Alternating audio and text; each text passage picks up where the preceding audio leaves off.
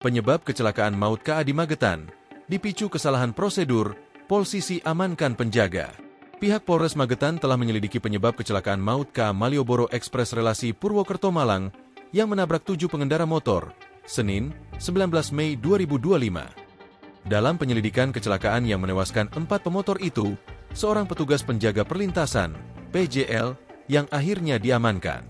Direktur Jenderal Perkeretaapian, Alan Tandiono mengatakan, berdasarkan laporan awal, kecelakaan itu terjadi sekitar pukul 12.49 WIB di perlintasan kereta api yang seharusnya berada dalam pengawasan petugas. Diduga terjadi kesalahan prosedur dalam pengoperasian pintu perlintasan oleh petugas penjaga, ujar Alan dalam keterangan tertulis. Penyelidikan insiden ini memang melibatkan Direktorat Jenderal Perkeretaapian, DJKA, Kementerian Perhubungan, bersama kepolisian dan PT KAI, untuk mencari penyebab utama kecelakaan di jalur perlintasan langsung kereta api, desa, kecamatan barat itu. Menurut Alan, kecelakaan ini mengakibatkan 7 korban yang terdiri dari 4 orang meninggal dunia dan 3 orang dengan luka berat.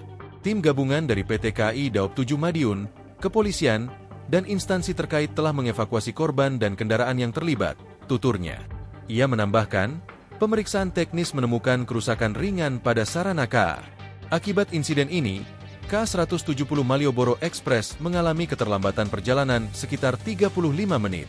DJK bersama PT KAI dan aparat kepolisian, lanjut Alan, sedang investigasi menyeluruh terhadap prosedur pengamanan perlintasan dan faktor-faktor yang menyebabkan insiden ini.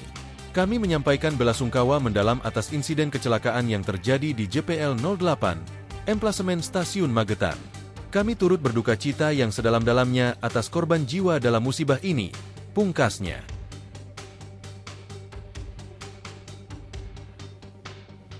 Download Tribun X sekarang, menghadirkan lokal menjadi Indonesia.